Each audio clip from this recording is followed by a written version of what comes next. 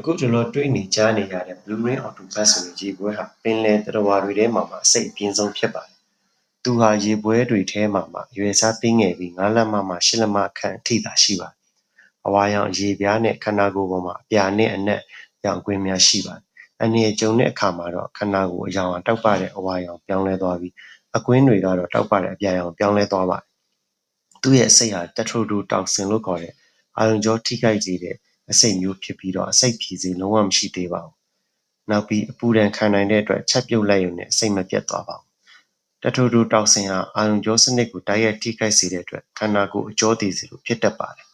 ။ရေပွဲကိုစမ်းမိပါကမိနစ်ပိုင်းတွင်နှာခမ်းရှာနဲ့မျက်နှာတစ်ဝိုက်စတင်ထုံကျင်လာပါမယ်။အကိုက်ခံရပါကလည်းအကိုက်ခံရတဲ့နေရာကထုံပြီးတော့တစ်ခါတလေကိုက်ခံရမယ်မသိဖြစ်တတ်ပါတယ်။မူးဝေပြီးတော့အော်အန်လာမယ်အမြင်ဝါးလာမယ်မျက်စိစုံမရက်ခတ်လာပါပြင်းထန်ရင်တော့တဏ္ဍာကိုတစ်ခုလုံးအားရင်ကုန်ခန်းပြီးလှုပ်ရှားလို့မရပဲဒီဖြတ်တယ်လို့ဖြစ်လာနိုင်ပါအဆိုးဆုံးအခြေအနေကတော့အသက်ရှူဖို့အသုံးပြုတဲ့ကြွက်သားတွေအလုံးမလုံးနိုင်တော့ပဲတက်ရှူရက်ပြီးသိဆုံးတတ်ပါတယ်အဲဒါကြောင့်ရေပွဲကိုက်ခံရတာဖြစ်ဖြစ်စားမိတယ်လို့တန်တရားရှိတာနဲ့ချက်ချင်းအရေးပေါ်ကုသမှုခံယူသင့်ပါတယ်